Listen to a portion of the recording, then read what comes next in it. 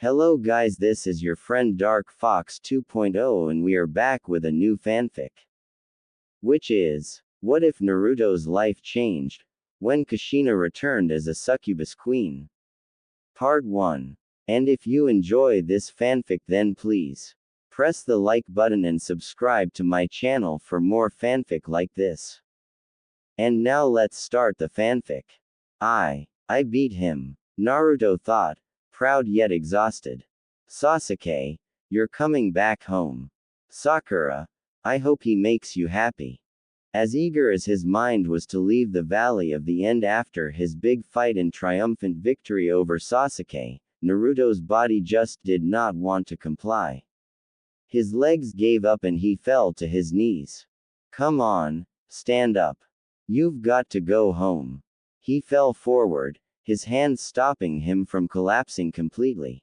He was breathing deeply and his vision was getting blurry, not to mention he was lightheaded from the loss of blood from his Chidori wounds.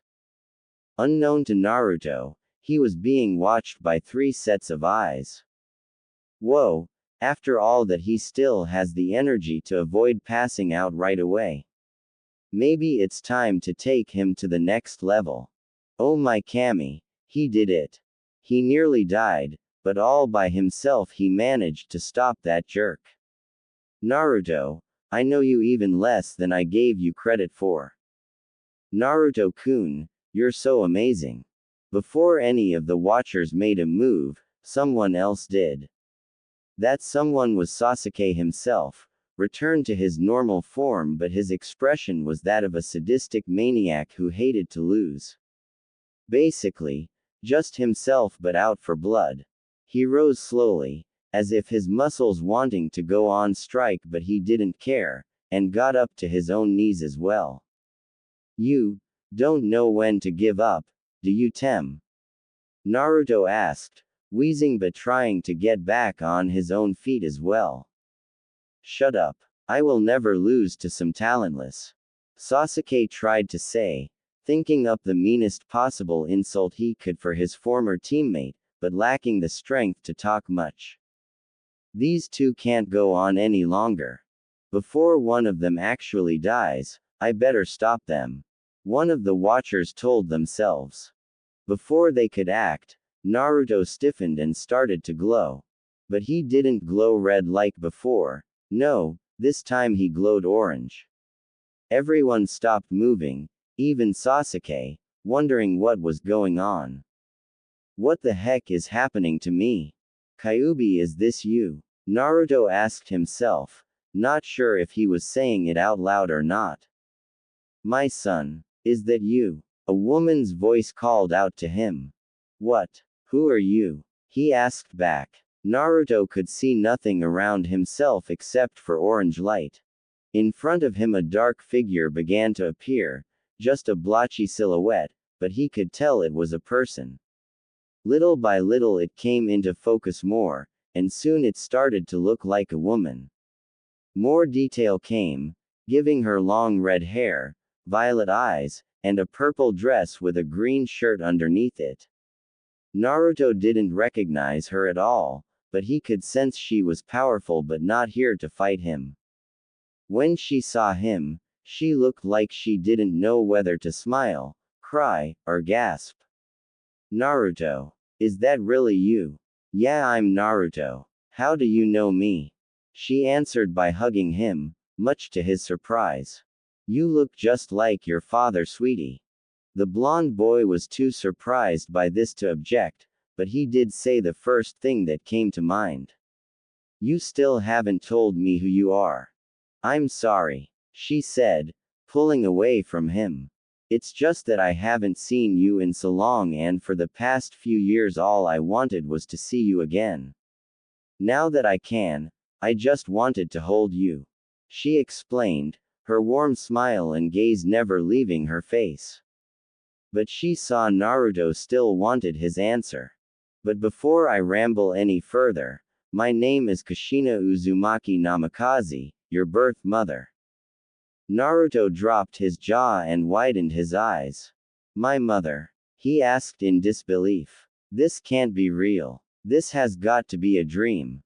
Kushina lightly hit the top of his head. Does that feel like a dream, Tte. Naruto rubbed his slightly sore spot on his scalp. Why did you do that? Wouldn't a pinch have worked just as well? True, but I doubt you would have let me do that, so I had to try something harder to avoid. I'm sorry, son. Naruto looked okay but still confused. Where have you been? Why are you just showing up now? And where did everything in Sasuke Tem go? In order, I've been trapped in another kingdom for the past few years. I'm showing up now because now is the first chance in too long a time for me to see me again. I truly wanted to be here sooner. In fact, I never wanted to leave you, but someone was a bitch and stopped me all these years. She sounded like she wanted to kill someone, just as badly as Sasuke wanted to kill his brother. And we're actually speaking in your mind right now, so that's why you can't see anything else. I'd say outside here only a couple of seconds have actually passed. So technically you're not really here? Naruto asked. Kushina sadly nodded. No, this is a sort of astral project to allow me to find you. Very soon though my real self will come to you directly. I just wanted to know where to go once I'm back in Midgard. Midgard. I'll explain more later. Just stay where you are and I'll come to you as soon as possible, son. Remember, I still love you and I never stopped. You're what's been keeping me going all this time. Right now the vision started to fade away. Wait. Mom, don't go. Naruto shouted, extending his hand out. She took it gently as if to reassure him she could come for him, but she faded away completely. Back out in the real world, the glow faded and Naruto collapsed like a puppet without strings. Well, that was weird, Sasuke commented. He eyed a stray kunai left during the battle and picked it up. I guess I better kill him before he does that or that weird red thing either. All of a sudden, 3 figures came out of hiding and landed not that far from the traitorous Uchiha. He immediately recognized 2 of them, but the third was someone he never bothered to notice. Drop the kunai, Sasuke. You're coming home with us. Kakashi, both eyes visible, told his once favored student. He then briefly glanced at the 2 others without losing his focus on Sasuke. Girls, what are you 2 doing here? Hokage-sama told me and Hinata to follow you, in case you decided to ignore your mission and follow these 2. Sakura answered and Hinata nodded, her angry Byakugan-enhanced glare focused on Sasuke, who had yet to lose his weapon. She was apparently right to worry you would act this way. If you interfere, I'm going to kill you all too. Sasuke warned. Sakura glared at him. Give it up, Sasuke. You're outnumbered and worn out from fighting Naruto. Even you must realize the odds are against you. Sasuke was mad they were calling his bluff. He figured he could easily get rid of Sakura, maybe struggle to beat the Hyuga but still beat her, but there was no way he could defeat Kakashi in this state. No matter how he looked at it, he had lost. Angry at such a circumstance, the young Sharingan user tightened his grip on his kunai. At least I can kill the Dobi and prove I'm still stronger than him. Moving it quick as he can, which wasn't as fast as he would have preferred, Sasuke tried to drive the kunai into Naruto's neck for his token victory. Before he could get close, he saw out of the corner of his eyes Kakashi create a Raikiri, no doubt to use on him. Thinking quickly and using some of the last bits of chakra he had, Sasuke waited until the moment Kakashi lunged at him and did a Kawarimi. Kakashi, Sakura, and Hinata were horrified to see Sasuke made Naruto take his place for the attack, resulting in Naruto getting another life-threatening wound. Maybe one too many for even the Kyuubi to help heal. By substituting with Naruto, Sasuke ended up putting himself on the ground and tried to get back up. However, He was stopped by a very unexpected obstacle: Sakura's fist to his head, followed by Hinata's juken. Kakashi ignored the two angry girls in favor of trying to keep Naruto alive. The way he saw it, nothing short of a miracle could save Naruto right now, but he had to try. As he tried using what little medical jutsu he had copied in his life, Kakashi Ntoiced two things at work on Naruto's injuries. The first was red chakra, obviously from the Kyuubi, trying to stop Naruto from bleeding to death and repair the cellular damage, and a strange orange chakra working on the wounds too, as if reinforcing the red chakra. I don't understand this, but if it increases Naruto's odds of living by even 1%, I won't stop it. The cycloptic Junin thought as he continued to help in his own way. Meanwhile, Sakura and Hinata looked like they were trying to bring Sasuke closer to death instead. They stopped after he stopped resisting, allowing them to see he was unconscious. Both girls panted heavily, their adrenaline rush wearing off. Sakura smiled at Hinata. "Not bad, Hinata. I just hope Naruto being in danger is the only thing that can get you this driven in a fight." "Thank you, Sakura-san," the shy girl replied. If you don't mind my asking, why exactly were you attacking Sasuke-san too? I thought you were so fond of him." The Pinkett looked upset and lost eye contact with the Hyuga heiress. "I'll tell you later. It's a long story and we need to get Naruto and Sasuke back." She then came up to her sensei with Hinata following. "Kakashi-sensei, is Naruto okay? I'm not sure, but he's healing. Someone up there must like him." Hinata leaned down and gently kissed Naruto, much to the surprise of the others. "He's still warm and returned it, so he's going to be fine," she said happily with tears in her eyes. "Looks like I'm not the only one with a long story to tell, huh, Hinata?" Sakura commented with a friendly tone, causing Hinata to blush. "Not now, girls. We need to take these two home before Naruto gets worse," Kakashi said as he created a clone to pick up Sasuke while he picked up Naruto. The girls nodded, and soon everyone headed back to Konoha. After running as fast as they could with two unconscious tag-alongs, Kakashi, Sakura, and Hinata finally made it back to Konoha. A few other search parties had already gone out to locate the other members of Shikamaru's team and brought them back, making this group the last to return. Choji and Neji were in the worst condition, with Tsunade herself overseeing Choji's treatment and Shizune overseeing Neji's.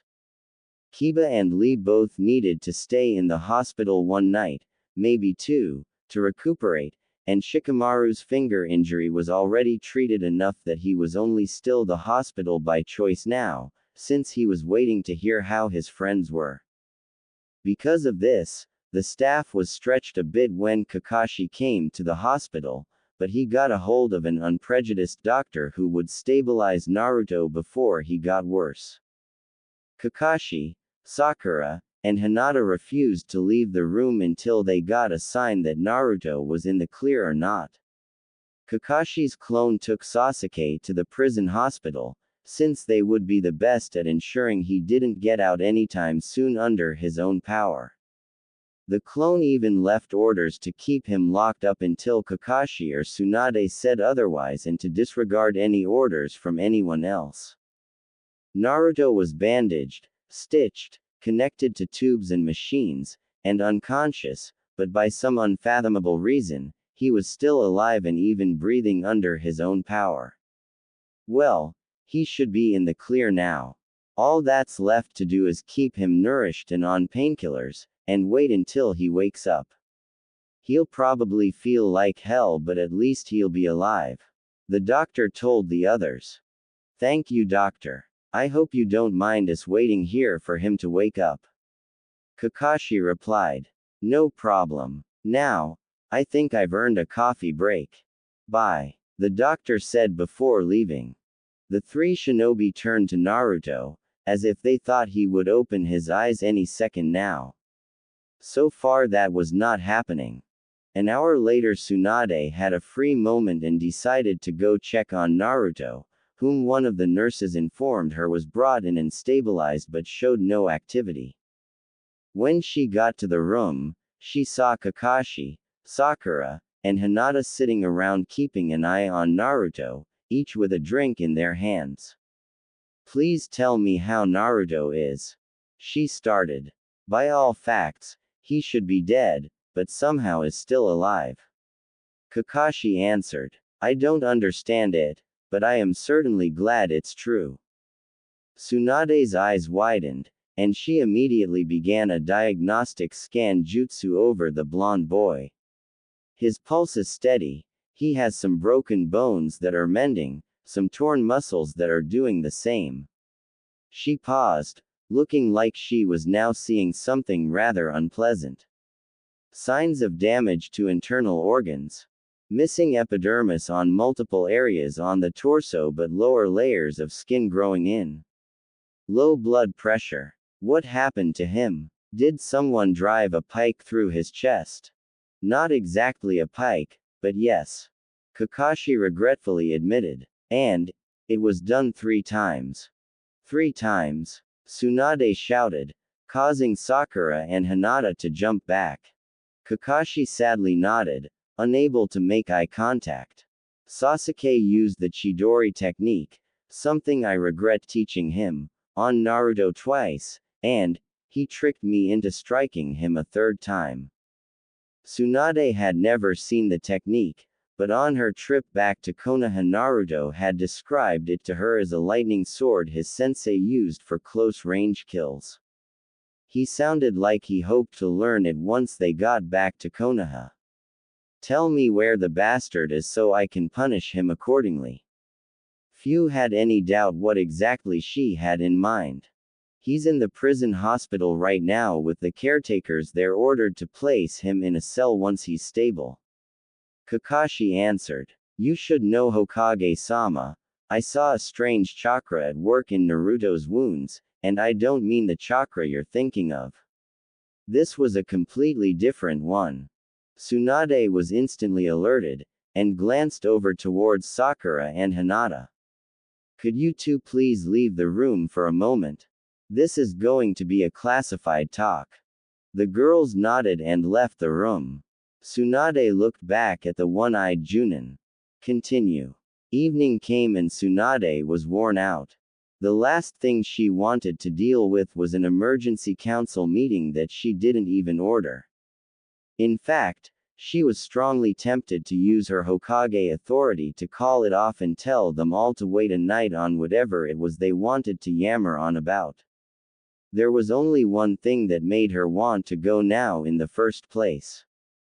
The summons note, which read, "Tsunade Senju, you are hereby ordered to attend a council meeting at 6 p.m. tonight and drop whatever previously scheduled distractions you may have at said time.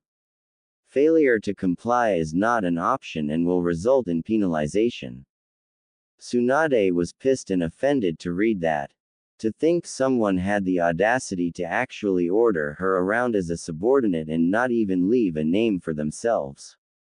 Whoever sent this needed to be taken off their high horse and have said horse shot, and that alone was why Tsunade was going in the first place. She got there and saw everyone else was there too and talking in a heated debate. Hiyashi, Shikaku, Sume, and Shuza looked like she felt irritated and wishing they were anywhere else, preferably with those who were still in treatment. Some of the other members on both sides looked irritated too, like they agreed that this could have waited another day. One of the civilians saw the slug Sanin approach. "Hokage-sama, is it true that the fox has already endangered the lives of several of our shinobi?" Tsunade sent out so much killing intent right then it almost felt like she was trying to summon the Manda equivalent of the slugs. "Listen good everyone, I am not in a good mood right now.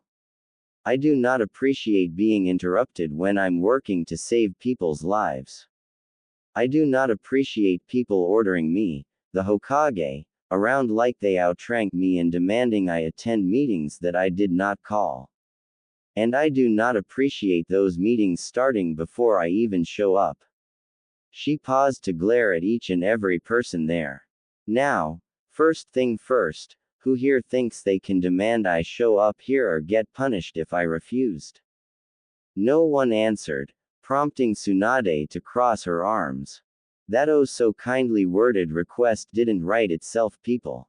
Answer me now. Still no one answered. Fine. Since no one here has got the balls to admit it, give me one damn good reason why I shouldn't declare this meeting adjourned.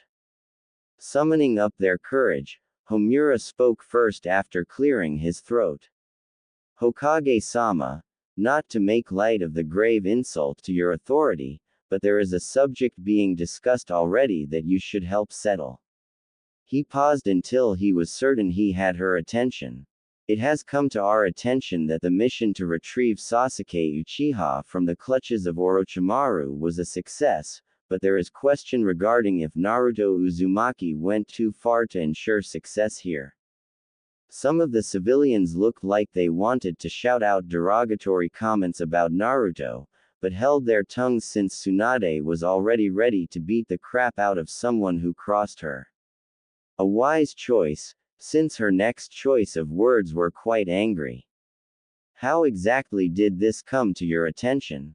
We asked our friends in the Anbu about why 4 genin, 1 chunin, and a couple of junin were sent out of the village all of a sudden. Kaharu answered. Tsunade frowned. Anbu reports are confidential and not meant to be open access to anyone who happens to ask.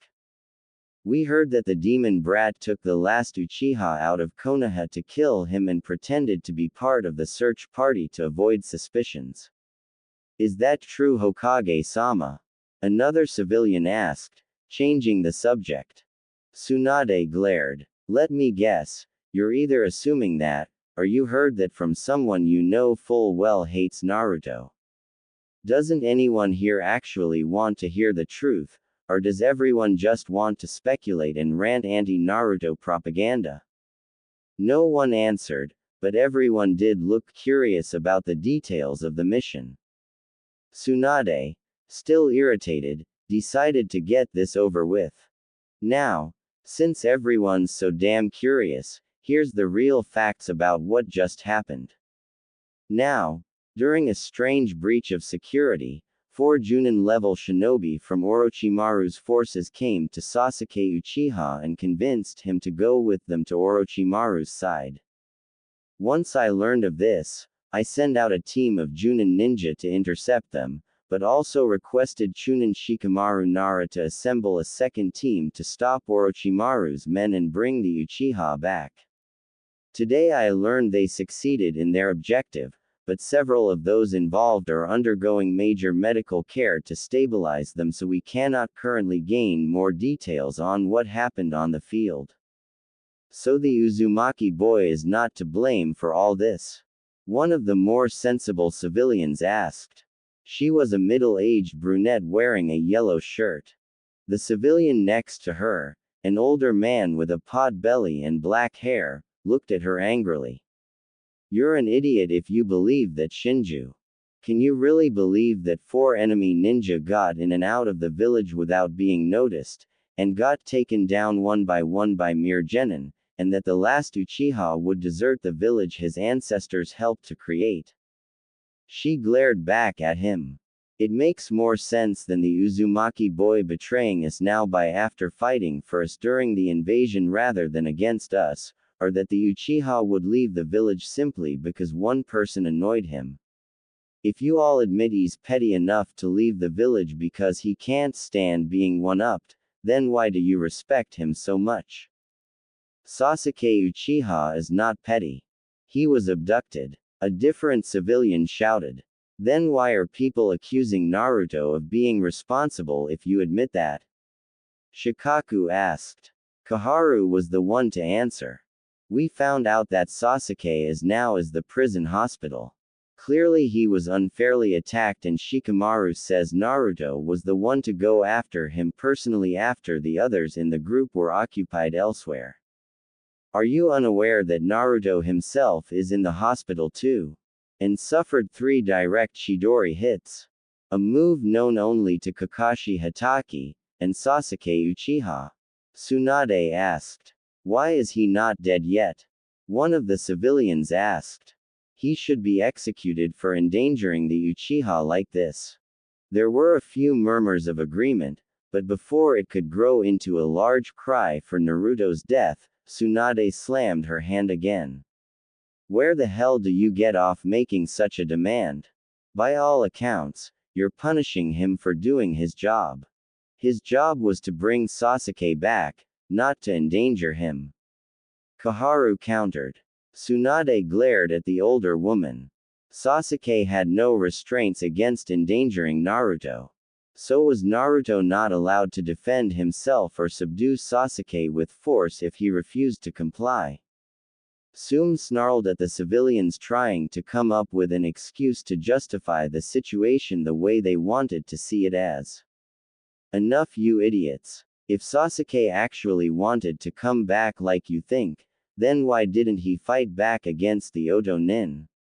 You all claim he's the best in his age group, yet nothing was done until we sent out other genin to do something about it. So you have to admit Sasuke's either not as strong than you give him credit for, or he was trying to get away with them.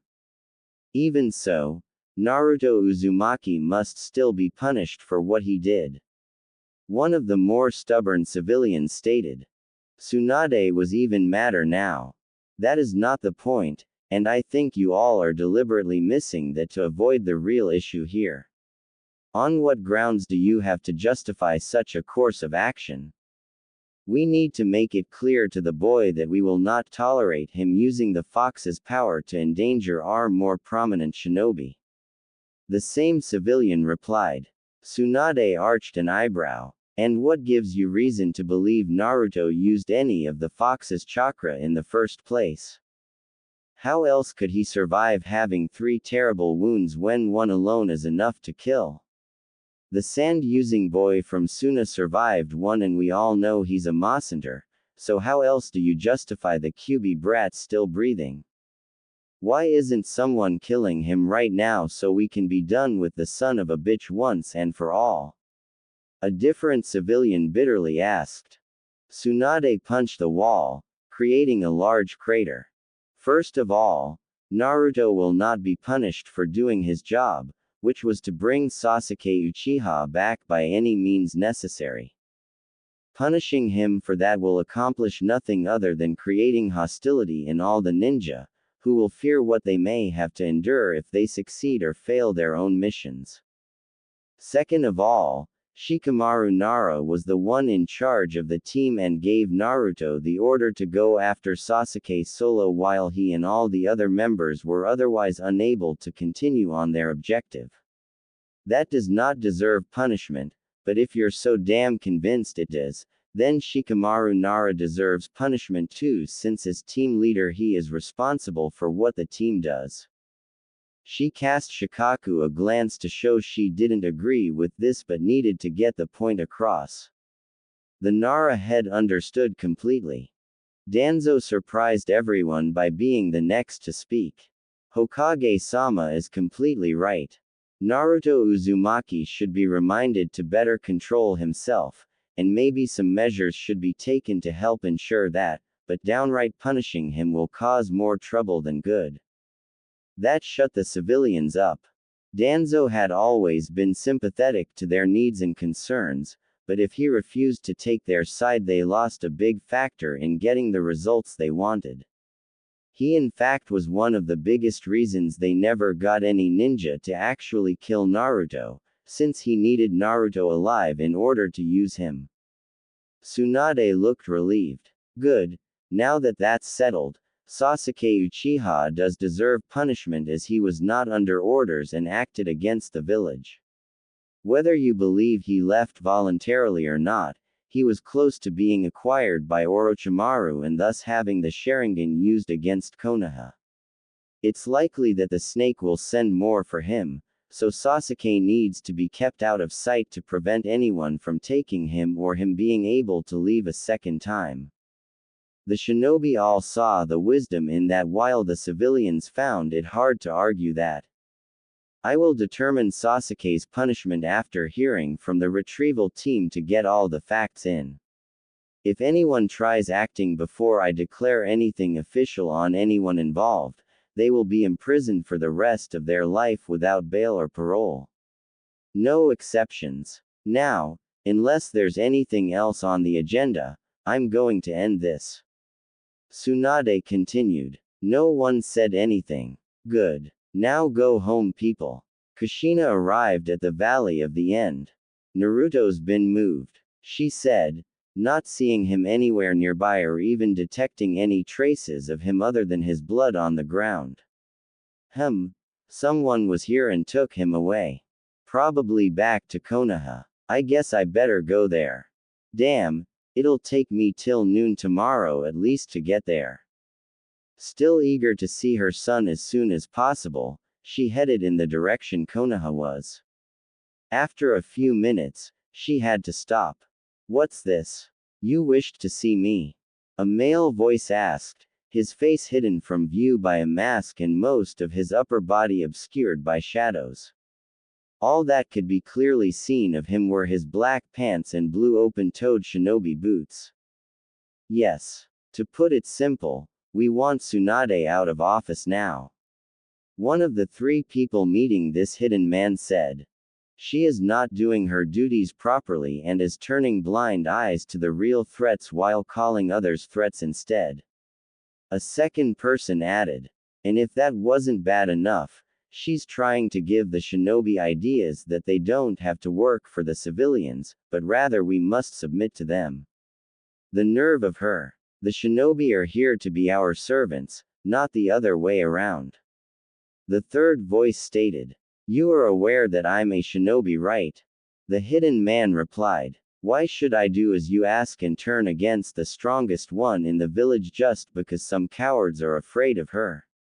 His tone clearly showed he wasn't against the idea, but he was going to require some incentive before he did as asked. The first voice sighed. Every shinobi is a mercenary, meaning pay the right price and they'll do anything. They held out a bag full of Ryo coins and bills, easily full with 2 years' pay for a junin. The hidden man took the sack and checked to ensure it wasn't a fake bribe created by a genjutsu. Such a thing was not uncommon in underhanded situations such as this. I think I can work something out. Though be aware that I will not be able to act until tomorrow. An operation such as this requires careful strategy, not impulse, and more manpower than I alone can provide. The second person nodded. Do what you must. Just ensure Tsunade is out of the picture and the Kyuubi brat is in hell where he belongs. We will take care of the rest. Late at night, Naruto finally opened his eyes. Where am I? He quietly asked as he rubbed the sleep out of his eyes, not fully aware of his surroundings. Glad to see you're awake, Naruto. Kakashi's voice was heard. Kakashi-sensei? Naruto asked, his sight coming into focus. He saw he was in a hospital room resting on a bed with an IV attached to his right arm, and apparently something covering his right eye completely. Kakashi was seated beside him reading a book under a lamp and strangely enough, Sakura and Hinata were seated in 2 guest chairs alongside the wall. They looked like they had been asleep but were now waking up from the noise. Try not to move too much, Naruto. You don't want to open your wounds, especially those types. Kakashi told him, then looked remorseful. I'm terribly sorry about adding to them. I never thought that Sasuke would do such a horrendous thing. What did he do? Naruto asked. He doesn't remember. The shock and the passing out must have made him forget. The Junin thought.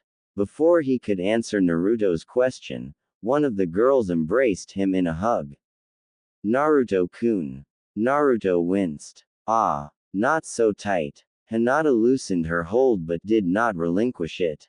Her body lightly trembled and sobs could be heard. I was so worried you weren't going to make it. Naruto began to soothingly rub her back. It's okay, Hinata-chan, I'm alright. The Hyuga heiress surprised Kakashi and a now awake Sakura by leaning up and kissing him again, and Naruto did not react like this was out of the ordinary for them.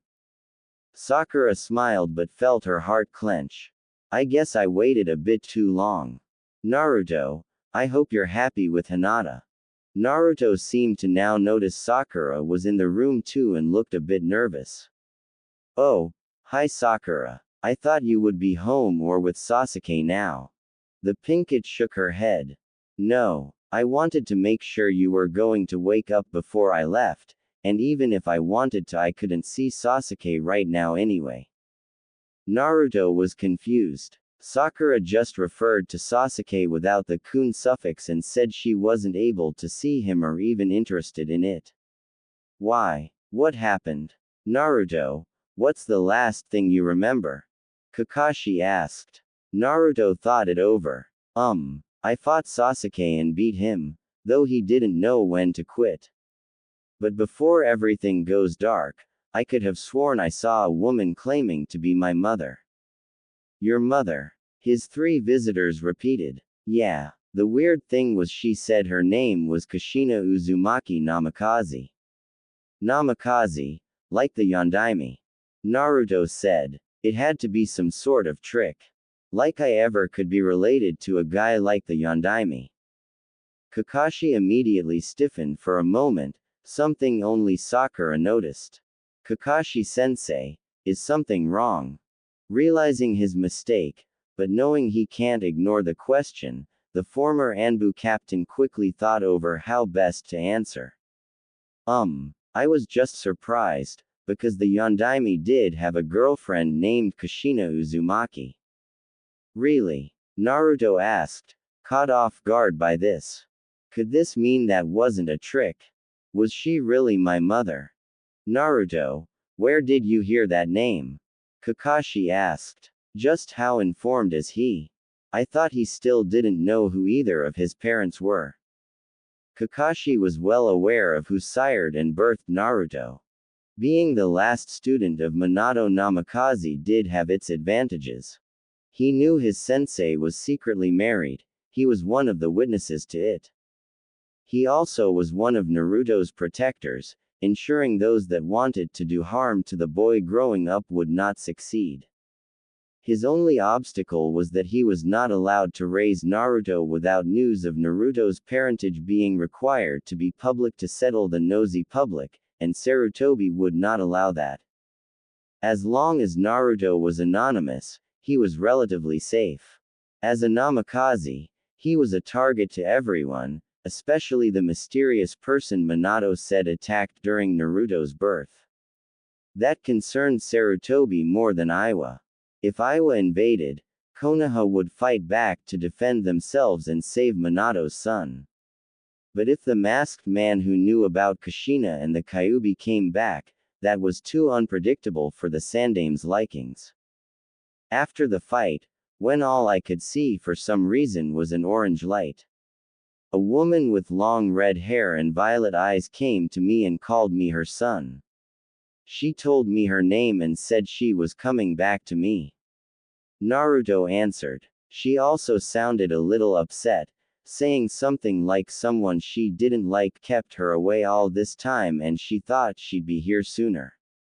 Wait, is it possible Kushina didn't die that night? Kakashi asked himself. But then, where did she go? And why is it only now she can come back?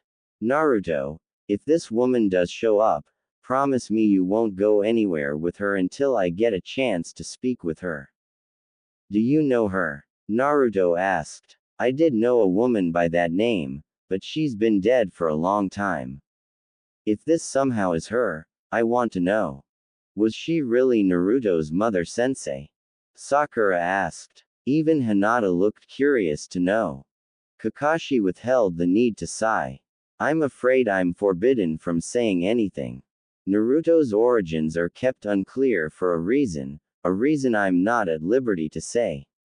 But if this woman does show up, I suppose that reason will become moot. Naruto and his visitors soon went back to sleep and stayed with him that night. Hinata had to reluctantly let go of him and sleep in a chair. In the morning, Kakashi had to go check on Sasuke to make sure he wasn't anywhere he wasn't supposed to be. Sakura and Hinata didn't have anywhere to be, so they stayed with Naruto and played a few available games.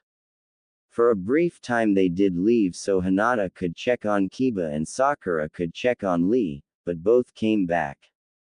The entire time they were there, Hinata was not ashamed to be close to Naruto and he did nothing to keep her away. Sakura was still confused but avoided asking anything so they wouldn't begin to feel bad about what they were doing. But the strangest thing of all was she found herself feeling a bit jealous. Not an angry territorial jealous like she felt when Ino got around Sasuke, but more of a yearning desire to be treated special by Naruto too. She didn't understand it, but she did know that for some reason Naruto actually felt a bit more appealing to her. Night came and this time the two girls had to go home. Fortunately Tsunade declared that was the day he could go home too. She didn't understand how, but Naruto was almost completely healed of his injuries. The only abnormality was a strange condensation of orange chakra at the base of Naruto's spine that Hinata pointed out. Tsunade couldn't make any sense of it and wanted one more look tomorrow morning, but as long as it wasn't doing anything she saw no reason it would keep him in the hospital.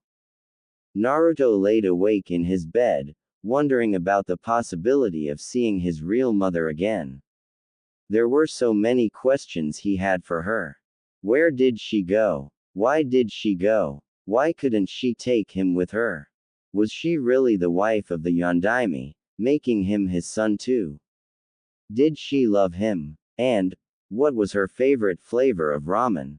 Naruto was currently looking out the window as the sun was setting, as if hoping his mother would come in through the window like Jiraiya was known to. Oddly enough, the pervy sage hadn't shown up yet. Probably just busy looking at girls, trying to see their nice wet. Whoa, where did that come from? A knock at his door was a welcome distraction. Come in, he said. The door opened and two girls walked in. One was older than him and the other younger, and the younger immediately came up to him. Boss. Hey Moegi, nice to see you. I heard from Konohamaru and Udon you were busy when they came by earlier. Naruto told his follower. I'm glad to see you're doing better Naruto. His other visitor stated. He saw this was Moegi's mother whom he's seen off and on throughout town. Hi Shinju-san. Thanks for coming by. Though would the other honorable civilians get mad at you for seeing me? Oh screw them. It's not like I need their permission for anything. Besides, my daughter's allowed to see her rescuer. Shinju told him teasingly. She knew her daughter admired Naruto, but ever since before the Chunin exams when a disguised Iruka kidnapped her and Naruto saved her, Moegi seemed to admire him almost to a Hinata degree. Shinju thought it was cute given her age, and saw no harm in the young girl liking Naruto. It probably wouldn't last, and she could do worse. Oh, before I forget, the real reason I came by was because I was given this by one of the other council members. Shinju added before pulling out an envelope. I mentioned I was going to see you tonight, and one of them asked me to give this to you. I thought it was weird since given their attitude most of them don't want to give you anything less than death, but I took it and brought it here. Naruto took it. Naruto, before you open it, could you maybe make a clone and have it open the letter away from here? Just in case it contains a bomb or anthrax or something like that. Naruto nodded and created a clone. When he did, He noticed his chakra acted a bit weird this time, but he brushed it off. The clone went outside to an empty training ground and opened the envelope. There were no explosives or dangerous substances inside, but after reading the contents, the clone was so shocked and offended that it lost its balance when running back and it tripped and landed hard enough to be dispelled. Naruto immediately got the clone's memories and gasped. Those bastards. What is it? Both Moegi and Shinju asked. Naruto threw off his blanket and rushed to get dressed in a spare jumpsuit Kakashi had brought him. I need to get out of here and to Ba-chan before they get started. In his rush, he completely ignored the fact he didn't know why he had his clone's memories. Tsunade was sound asleep in her house, with Shizune in the next room. Fortunately, years of experience as a Sannin and a lack of heavy drinking allowed Tsunade to still be alert when sleeping. She opened her eyes the moment the window downstairs was opened. Someone's trying to get in, and my gut tells me it's not Jiraiya hoping to see me in my nightgown. She told herself, silently getting on her feet and putting her gambler's jacket over her white nightie.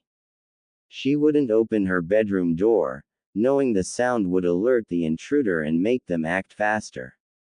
At the same time, she was cautious that this might be a diversion and the real problem would come from behind. Soon there was no noise, and that made Tsunade all the more unsettled. Okay, either a silencer jutsu has just been performed, or they're not being careless. Either way, it's ninja who know what they're doing and they're in the Hokage's house. This cannot go unpunished. Not wanting to scare them off, because she can't prosecute them if they escape, Tsunade, as careful as humanly possible, opened her door and got into the hall. The first thing she saw was Shizune, just as alert and dressed in a pair of black pajamas with a nervous tauntaun at her feet. The two women made eye contact and nodded, both knowing what to do. Now it feels like a waiting game. We're both waiting for the other to make a move so we can retaliate as desired. Tsunade thought after noticing there still was no sound. She was getting impatient. Well, I'm not going to wait forever for something to happen. Fortunately, she didn't have to. As soon as he reached the house, Naruto was concerned. The door was wide open and there were Anbu posted around the perimeter, not a good sign. He instinctively came to a stop before they could see him. Shinju and Moegi were following him but hadn't caught up yet since they didn't have his stamina. Damn, they're starting already. Well, not on my watch. Naruto angrily thought. The spot on his lower back was starting to burn, but he ignored it. Instead, he made a large amount of clones, aggravating the spot more so, and sent them in. The Anbu were caught by surprise, but only one was taken down. The others started fighting off the clones and killing them, but the numbers never seemed to cease. Fortunately, Naruto didn't plan on them beating the Anbu, instead they were there to distract them while he snuck inside. With so many Narutos around, no one could tell for certain which was the real one, who happened to be one of three that made it inside the building. Inside the main room of the house were three Anbu, all three looking upset to see him. Ba-chan, someone's trying to, one of the clones shouted out, only to be killed by a thrown kunai. You shouldn't be interfering, boy. The center Anbu, the only one wearing a white outfit instead of a black one and having the Anbu insignia on his vest too, said to Naruto with disdain. He wore a mask that looked like some kind of rodent with stripes. The one on his left bore some kind of bird pattern, and the one on his right looked like some kind of lizard. Like hell I won't. I saw the message from the council. You're here to hurt the Hokage. The other Naruto clone said. This time the Anbu didn't attack, uncertain if this would be worth it. This is none of your business. The Hokage has proven she is unfit for the job and the council has voted to remove her from office. Village law says the council can remove the Hokage from office if they have reason to believe they're abusing their power. The white Anbu told the blonde. Both Narutos looked madder. Like hell. I know that law, Gigi told me about it. The council has to vote unanimously for such a thing with both sides. And I doubt the clan heads were even asked, otherwise more than just the Anbu would be here. And I know for a fact one civilian member did not vote for this. You're breaking the law and you know it. Oh, shut up, you beast. The bird Anbu said before throwing a kunai at both. One dispelled but the other Kawaramite with one of Tsunade's cushions, putting him behind the trio. Naruto lunged forward and threw a punch at the nearest Anbu, the lizard one. He blocked it, but Naruto added a kick to his stomach for added measure. It stunned him, but the other two members rushed in with weapons ready to gut Naruto like a fish. Before they could, Tsunade came forward and punched them both. Get the hell out of my house. And consider yourself fired. Tsunade shouted to the Anbu. Ba-chan. You okay? Naruto asked. Yeah, I heard the whole thing. Now let's get rid of these bastards. Tsunade said, cracking her knuckles. The white Anbu tried to get up, but Tsunade grabbed his vest and lifted him up as Shizune came into the room. You're the head of the Anbu. Correction, former head. Tell me who put you up to this and I might go easy on you. The Anbu head just laughed this off. Go to hell, demon lover. You're still under arrest for leaving the village all those years and refusing to listen to the voices of the council. That shows your loyalty to Konoha is questionable and you're ignoring the needs and concerns of the civilians. You are going to be removed from office even if you stop me here, and you will be kept away to breed more senju. More sensible, obedient senju, that is. He finished with another laugh. Tsunade punched him right in the jaw. If his jaw or neck wasn't broken now, nothing would break it. Before she could do more, a scream outside could be heard, catching the attentions of Naruto, Tsunade, and Shizune. Since it was a woman's scream, Naruto headed back out. He was mortified to see that the gathered Anbu that hadn't gone chasing after some of Naruto's clones now had Moegi and her mother in holds with kunais at both their necks. Naruto glared, his eyes turned red with black slits, and red chakra forming around him. But this time, there was orange mixed in with the red, with nothing but orange at the base of his spine, noticeable only by Tsunade and Shizune at the moment. Let them go now. How about I do this instead? The Anbu holding Shinju said before thrusting his kunai into the back of her neck. Take that demon supporting bitch. Mom, Moegi screamed, trying to kick herself loose. Fortunately her own captor wasn't as eager to kill. Naruto froze up, then got mad enough that his own tail cloak was starting to form with fangs and claws included. But unlike the last time, this time the chakra tail was entirely orange, no red at all. What's going on? Tsunade asked regarding the strange orange chakra. Shinju looked at the enraged Jinchuriki. Naruto, keep my daughter safe. Moegi, I love you. She closed her eyes and coughed up some blood. Moegi broke down in sobs, while Naruto jumped at the Anbu who murdered her defenseless mother.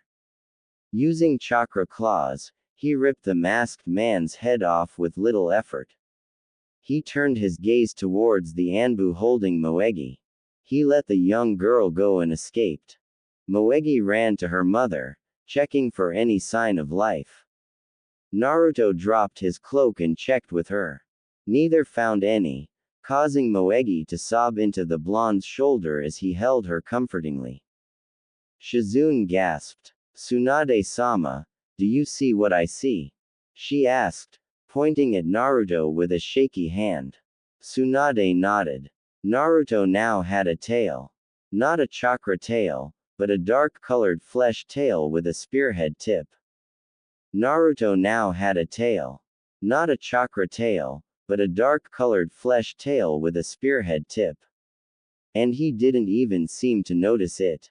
Shizune whispered to Tsunade, "Milady, I know Shizune, but right now we've got a bigger problem. For instance, where are all the other Anbu? This clearly was not the entire force, so if this was only a fraction, then why didn't anyone intervene? For that matter, why is no one appearing right now to see what happened?" Shizune gasped, thinking it over. "You're right. What's going on?" Tsunade stepped forward. "Naruto," she called out, gaining the boy's attention. "Help me take her body to the hospital. And create as many clones as you can and find every Anbu and clan head you can. Tell them I sent you and see how they react. Gather all the non-traitorous ones and bring them to the hospital. We need to see who all is still on my side here." Naruto nodded and let go of Moegi before creating hundreds of clones that ran out in every possible direction. He turned to help Tsunade carefully lift Shinju's body, making Moegi gasp. "Boss, when did you get a tail?" "A tail?" Naruto repeated, completely clueless to her question. "I don't have a tail." "Then what's that behind you?" Moegi asked. Naruto felt his backside and quickly found a new appendage. "What the hell? Where did that come from?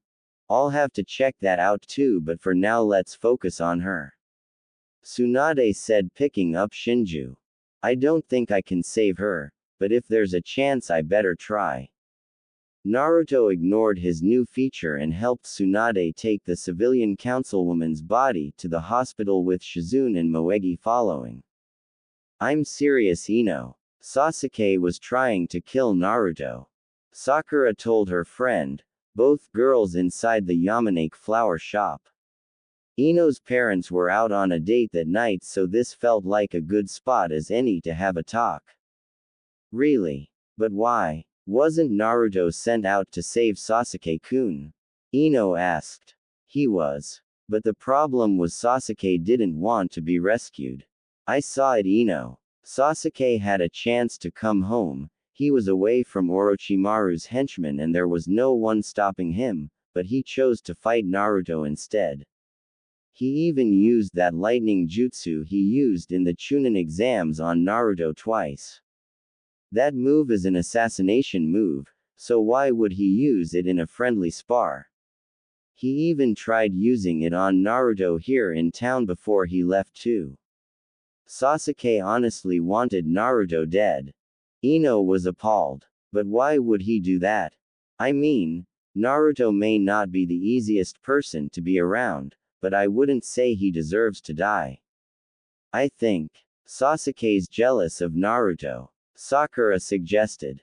Ino arched an eyebrow. "Sasuke-kun, jealous of Naruto? Why? Why else would he feel so compelled to beat Naruto? It's not like he would get rewarded for it. The way I see it, Sasuke wants to beat Naruto just to reassure himself he can, and that could only mean he's jealous or threatened by Naruto." The Pinkett said. "But why would he be like that?" Ino asked. "Ino, Naruto's a better person than we give him credit for. I mean, there is a reason Hinata likes him so much." "Oh, you're not going to believe this, but apparently Naruto and Hinata are an item now." "What?" Ino came close to screaming. "How? When? Why? I don't know. I never got a chance to ask either of them. I didn't want to make them feel scrutinized while they were having such a good time together. But I think it was soon, since Naruto has been rather aloof to me lately. Even when I was on that date with him to talk to him, he acted like he wasn't all there." "Wait a minute. You actually went on a date with Naruto?" Ino asked. Sakura looked down, saddened. "Kind of. It was more like a meal between friends so we could talk, but I called it a date to get Naruto to agree to it." If he wasn't already with Hinata by then, I certainly didn't give him any reason not to, and if he was, he probably didn't know how to turn me down. Ino could sense the remorse in her friend's voice. What happened? Sakura was a bit hesitant to answer. I was confused about Sasuke and hoped that by talking to Naruto about it he could help me know what I wanted. He tried to reassure me that Sasuke wouldn't do anything wrong, but I don't think either one of us really believed that. After that he cut it short. He probably saw that I had other things on my mind than spending time with him and felt hurt. I don't know, but I feel like maybe I hurt him. So, Naruto will get over it and be back to his normal self in no time. Don't beat yourself over it, forehead. The blonde mindwalker callously commented. The pinkett lightly frowned at her friend. That was uncalled for, pig. Ino frowned back. Well, why do you care so much? You never cared how Naruto felt before, so why now? I've seen you hit him like it's a reflex. And now his feelings are hurt and suddenly you feel bad. Before we get to my attitude, let's cover yours. Sakura jerked back a bit but didn't argue. Instead she looked remorseful again. You're right, I'm a horrible friend. But at least I've learned to admit it and am willing to change it. Would you do the same, Ino? Ino shrugged. Why should I? Naruto's never been my friend. I don't hate the guy, but I've never even said more than one sentence to him at a time. Why should that change now? Because someday you may have to work with Naruto and depend on him for something like I have. Do you really want there to be a wedge between you when it happens? Sakura asked back. Ino was confused by this sudden new attitude Sakura had. Sakura, since when do you care what Naruto thinks?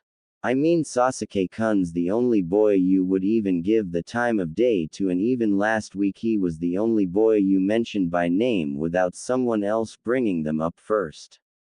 So why now the change of heart? You really want to know why, Ino? Sakura quietly asked, as if afraid to be heard. Her friend nodded. Okay, the truth is. Die, demon scum! A voice screamed outside. Both girls bolted out of their chairs and looked towards outside the store where the shout came from. From the window they saw a bunch of Narutos fighting an Anbu in the street. One of them knocked on the door. Ino, you there? I need to see your father. Now. Sakura reacted first and opened the door.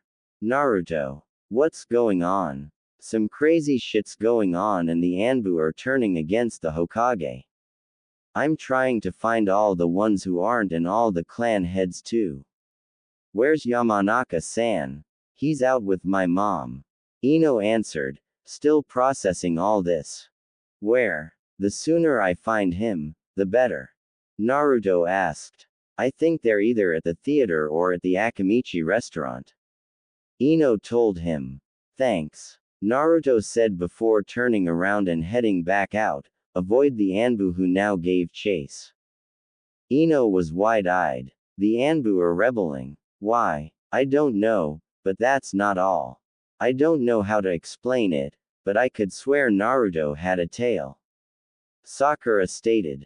Hinata was about to get ready for a bath then bed when she heard something at her window. Immediately worried, she instinctively activated her Byakugan and saw Naruto perched on her windowsill. Naruto-kun, she asked as she opened the window. What's wrong? Hinata-chan, I can't stay long. Please get your father and tell him the Anbu are rebelling and the Hokage needs his help immediately to keep them from succeeding. Can you do this? Hinata silently gasped then nodded. Of course I will, Naruto-kun. Thanks. I better get going before anyone dispels me. Just promise me you'll stay safe. Naruto said before giving her a light kiss then leaving, without waiting for her to respond.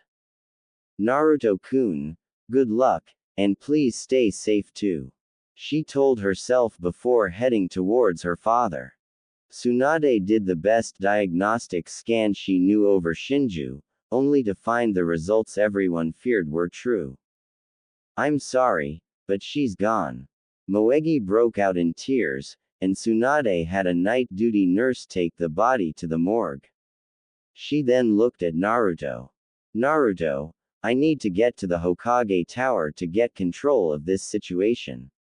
Please get this girl somewhere safe, then get to the tower right away.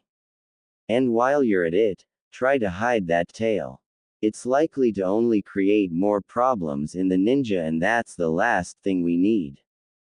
Naruto nodded and tucked his new tail under his orange top as best he could before lifting Moegi onto his back. This put a lot of weight on his tail, which ached, but he ignored it. Where should I take her? Her place might be a target now, and my place is even unsafer under the circumstances. How about Konohamaru's? That might work. The whiskered blonde immediately took off to the youngest Sarutobi's house. Tsunade at the same time headed towards the Hokage Tower. Who's behind this? That Anbu talked like he was enjoying this, but I don't believe he was doing this uncourse. Someone put him up to this, someone who wanted me and Naruto out of the picture. And since they're acting now, that can only mean this is connected to the Uchiha's betrayal. In that case, this must mean someone on the civilian council does not like my ruling and is willing to break the law to get what they want, and even a good portion of the shinobi are on their side. Bunch of egotistical. Along the way, one of Naruto's clones came up to her. Ba-chan, I think you may want to see this.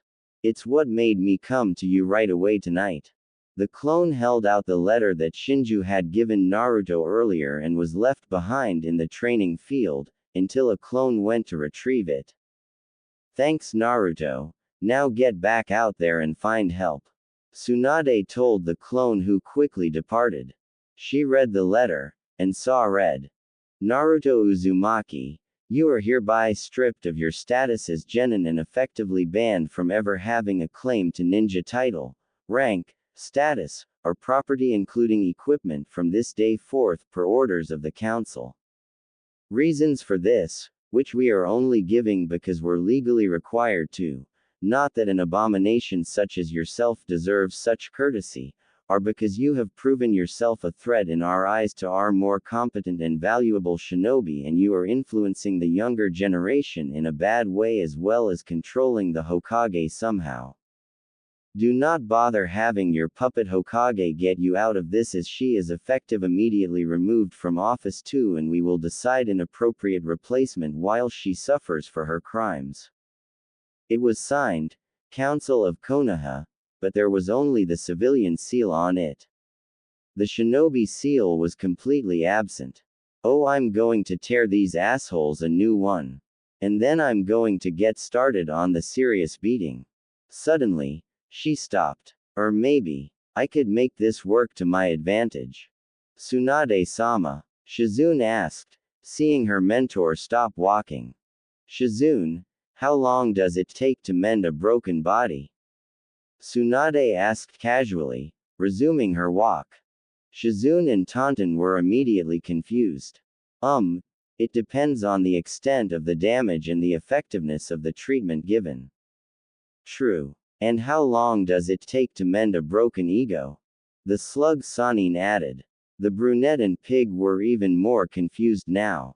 That cannot be treated by anything less than time and acceptance of the situation that bruised it. Tsunade-sama, what are you getting at? We're in a serious situation here. I know, which is why I'm asking this. Tell me, Shizune, what's crueler to do to someone with a superiority complex? Break some bones, or break their prides? Milady, stop speaking in riddles. Alright, but I'll have to tell you the rest later when we get to the office. Thanks to Naruto's clones, all the clan heads and some of the Anbu were brought to Tsunade's office. Okay everyone, we've got a crisis here. Not more than 30 minutes ago I was attacked in my own home by our own Anbu, led by the current head of the department. He declared me removed from office and under arrest and quarantine as if he had the authority to do such a thing.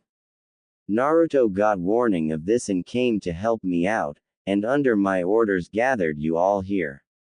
Any idea who is behind this, Hokage-sama? Shikaku asked. Tsunade showed him the notice. This was given to Naruto while he was recovering in the hospital and brought to me by him while the Anbu were attempting to catch me off guard. You tell me who looks like the responsible party.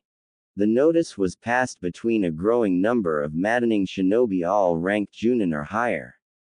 The nerve of these bastards. If I had hellhounds I'd sick them on them all right now. Sum growled. What are your orders, Hokage-sama? Hiashi asked.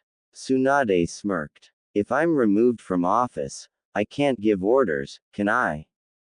All the ninja including Shizune were caught by surprise by that remark.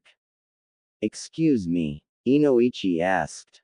I didn't come back to this village to get bossed around by idiots with more ego than courage or common sense. Some people here, I'm assuming most of the civilian council if not all of them, are trying to claim authority they don't have, and apparently some of the shinobi are on their side.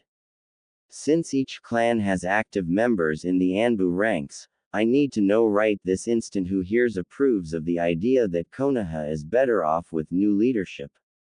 Tsunade said, her gaze sharp enough to cut steel at the end. None of them argued with her. Hokage-sama, we support you. You can do the job well rather than some figurehead leader that the civilians would favor but would barely know how to do the job right. So what do you plan to do about this? Shikaku told her. The problem is deciding what to do when considering the consequences. Not too long ago we were invaded and that alone makes us vulnerable to our enemies. An internal struggle over leadership and control of our ninja will only make the village a bigger target. With that in mind, a decision must be reached and achieved immediately for best results. Shibi stated. Tsunade nodded. Which is why I have an idea that may work. It's a long shot, and I know I'm not the best gambler, but this might just work for us. The others were interested to hear what she was going to say. Naruto brought Moegi to Konohamaru's home, and after assured she was going to be safe went back out to find Tsunade. I guess the people who hate me ran out of patience and are finally doing something about it. Well, I always knew this day might come. I just wish I could have had more time with Hinata-chan. I'll miss her, but at least she'll be safe and. He was cut off by a cluster of poorly aimed kunais coming at him from his left. He stopped and looked left, seeing an alley in between two buildings. He saw someone hiding in the shadows. Who the hell are you? Naruto shouted. The figure turned and ran off. Hey, I'm talking to you. He ran after the hidden attacker, despite his inner guts warning him not to. Out of the shadows, Naruto could see his surprise assaulter was dressed in black with a gray vest, reminding him of normal high-ranked ninja attire. Thinking quickly, Naruto formed a clone and got a Rasengan started on the run.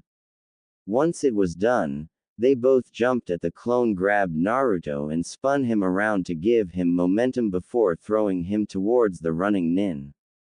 The Rasengan made impact in the ninja's back, causing a decent amount of damage and making him fall forward. Naruto grabbed the back of his collar and turned him around. Tell me who you're working for. The attacker turned out to be a man about 6 or so years older than Naruto with dark gray hair and dull green eyes but no expression on his face, though there was a bitter mirth in his eyes. You'll never know, for you've fallen for my trap. All of a sudden 6 more ninja dressed identically and looking as stoic as the first one appeared surrounding Naruto. Come with us, Uzumaki. If you surrender, you will live but be put to proper use. Refuse and you will go to hell with the other demons. One of the 6 surrounders told him. I don't surrender. Now or ever. Naruto said before forming his favorite hand sign. All the gray-vested shinobi threw kunais at him, but luckily Naruto formed enough clones to take the hits for him. Unfortunately they were prepared for this and threw a second wave, hitting Naruto this time. He remained on his feet, but his body was already sore and taxed from all the recent activity after healing from his severe injuries. It's a shame. You would have made a great weapon, but unfortunately you're a hard fox to domesticate. One of the ninja with long brown hair stated, pulling out a tanto with his comrades doing the same as if hoping to finish the job now. All of a sudden, the air pressure increased. It was like the feeling one got when exposed to a great amount of ki, only this time it had a physical effect to it as well. Their bodies felt like something was crushing down upon them and their vision got darker and slightly blurrier. Naruto appeared fine but confused when his ambushers suddenly fell to their knees. What is this? The brown-haired one asked. Naruto looked around, unable to feel anything different, until he heard a thud behind him. He turned and saw someone new appeared. Naruto. The newcomer asked. It was the woman he saw at the Valley of the End, the one who claimed to be his mother. Naruto himself was unsure how to react. Here was the woman who came to him in a strange vision just the other day, calling herself his mother. Part of Naruto wanted to believe this really was his mother returned from wherever she had been, but another part of him was certain this was some kind of trick. That part was the part that was winning in his mental struggle, mostly for one reason. If you're my mom, where have you been all this time? Naruto suddenly asked, sounding a bit harsh but it was understandable. Name one orphan who wouldn't ask that when someone claiming to be their mother suddenly showed up after over a decade of being apart. Kushina looked sad, not hurt sad but more apologetic sad. I promise you Naruto I will tell you everything, but right here right now is not the best time. Then I'm going to get someone to confirm your identity. Naruto said. Kushina nodded. That's fair. Her eyes widened when she saw his new tail. You've got your tail. She then smiled. That's terrific. Naruto was surprised. Why is that? And why did you say your tail and not a tail? Kushina turned around. Suddenly a tail of her own appeared from the end of her spine just like Naruto. The only difference was hers was a little longer and the end was shaped more like a heart than a spearhead. These are normal for our kind. But more on that later. She turned around and the tail disappeared. Our kind? Naruto asked, still surprised. What are you? What am I? More on that later Naruto. Now, is something going on here or not? Now Naruto remembered what he had been doing. Oh right. Ba-chan's got a crisis. I should probably get back to her now. Is it alright if I come with you? Kushina asked. Right now I'd prefer it. Naruto answered, before both headed towards the Hokage Tower. You can't be serious. Sume said after Tsunade finished explaining her idea. All of the other ninja looked shocked by it too. Tsunade nodded. I know it's a risk, but it's the only way to drive the point across and ensure something like this doesn't happen again. Can anyone think up a better idea? Yes. Remove the civilian council from power and put new members in their place. Shikaku told her. The Hokage shook her head. There's no way of knowing just how far the influence of the civilian goes. Look outside, some of the shinobi are taking orders from them, and it's likely that's not all. They likely already have a contingency plan for if they ever are removed from power and can influence their replacements. Your suggestion, while fitting, is mostly a band-aid idea, and we need something that does more than soothes the problem. Your idea will only make things worse. Inoichi told her. Tsunade looked undaunted. Sometimes things have to get worse before they get better. Shibi spoke up. Hokage-sama, I will admit that if your idea works, the problem will effectively be eliminated, but how can you ensure it will work? And what do you have planned in case things do not go as expected? I admit this will make Konoha a bit of a target to others, but that is while I will be working on my contingency plan in the meantime. It will take me some time, but during that time Konoha should not ruin itself to the point of destruction. If it does, then as shinobi I hope you do the smart thing. When I have everything set up, I will contact all the clan heads and tell them to begin their part and inform everyone they know who supports our cause. This is still risky, but I can't help but feel you may succeed. Shuza stated, crossing his arms. That's the spirit, Tsunade said with a smile. Hiyashi sighed. Since we apparently cannot change your mind on this, who will accompany you in this endeavor? I'm thinking my apprentice and Naruto for starters to minimize suspicion. Since it is hard to guarantee anyone's loyalty right now, I'm afraid I will not be able to get much more right away. Kakashi stepped forward. If I may, Hokage-sama, I ask that you consider taking my other student Sakura too. Will you not be able to train her yourself, Kakashi? Tsunade asked. I could, but I'm concerned that someone is going to try to get Sasuke out of prison and absolve him of anything he's being charged with. Such an event would require my uninterrupted attention so I could take immediate action. Plus, it would help to get Sakura away from her parents. I've heard they are both strong supporters of the civilian council, so if things happen as you predict, they will try to drag Sakura into the problem. Interesting point. I will look into the possibility. Tsunade told him. Okay everyone, you know your roles in this.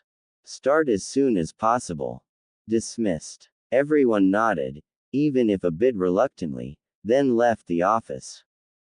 Out in the streets the chaos appeared to have died down and there were no more Naruto clones running around chasing or fighting Anbu Nin. Some Anbu ninja were still out, but it was impossible to tell what they were doing. They were likely looking for Naruto, but to what end was a mystery to everyone except themselves. Sakura and Ino were out looking for Naruto too. Actually, Sakura was looking for him and Ino was mostly following Sakura. After Naruto's clone left the Yamanaka shop, the two girls were concerned about what was going on. Ino could have waited for her parents to return home, but Sakura couldn't and wanted to find Naruto to see what was going on and if she could help out. He had to be far from his best given he had been at the hospital only hours ago. Sakura, stop. Ino called out, only to be ignored. Even if you do find Naruto, what do you plan to accomplish? More than I would if I stand around and wait for it to be over. Sakura replied, tears in her eyes. As soon as I saw Naruto all bandaged up like that, I promised that no one would have to suffer because I was too weak to contribute anything on my own part. I can't let Naruto get in danger again while I stand back and just watch. I have to do something. Both Kunoichi had to stop and catch their breaths, leaning against a building as they did so. Do you have any idea where he even is? Ino asked as she panted. I think the hospital is a good place to start, and if he's not there we can find Hinata. She should find him quicker than we ever could. Sakura answered. Then why not go to her first? Ino asked. No need to worry her until we know whether or not Naruto's at the hospital. The Pinkett answered before running out again. Ino groaned and followed again. Ironically, when they turned a corner, they saw Hinata out heading towards the Hokage Tower. Hinata, Sakura called out. The Hyuga heiress turned to face the other two girls but didn't stop moving. Sakura, Ino, what are you two doing? The same thing you likely are. Looking for Naruto. Sakura answered. Hinata nodded, and now Sakura and Ino could see her Byakugan was active. I'm concerned too. A clone of his came by to warn me, but I couldn't stay away knowing he'd be in danger. Right now he's heading towards the Hokage and there's a woman I've never seen before accompanying him. So Hinata, is it true you and Naruto are? Ino started. Now's not the time, Ino. Sakura cut her off. Kakashi went out to find Naruto and bring him to Tsunade. Fortunately, Naruto ended up inadvertently coming to him. Kakashi-sensei. The cycloptic Junin stopped in front of his student. Naruto, Hokage-sama needs, he stopped when he saw the woman behind the whiskered blonde. Kushina, is that really you? Hey Kakashi, it's been a while. The red-haired woman told her husband's student. So you really did contact Naruto earlier when he said you did? Kushina nodded. I would have been here sooner, but I misjudged the distance to Konoha. Also I found something that briefly tied me up. Anyway, wasn't there something you were trying to tell my son? Kakashi-sensei, is she really my mom? Naruto asked, sounding desperate for an answer. Kakashi looked at Kushina, looking for any indication that she was not the real deal. Kushina smiled. I caught you kissing Rin-chan without your mask in the alley behind the theater one night in the summer while you two were still chunin. Okay, you're the real Kushina. Kakashi stated. So Naruto, that means that she really is your mother. Naruto looked up at the woman in wonder and uncertainly, like he didn't know what really to feel right now. But we've covered that later. Naruto, Hokage-sama really needs to see you now. Are you the real Naruto? The blonde nodded. Good. Follow me back to her. Kushina, please come along. Kushina and Naruto then followed Kakashi, but he wasn't taking them to the Hokage Tower. Hey Kakashi-sensei, where are you going? Naruto asked. I'm taking you to the Hokage, Naruto. I never said where she was, did I? Hinata suddenly changed directions. Now he's going this way. This is good. We can catch up to him sooner like this.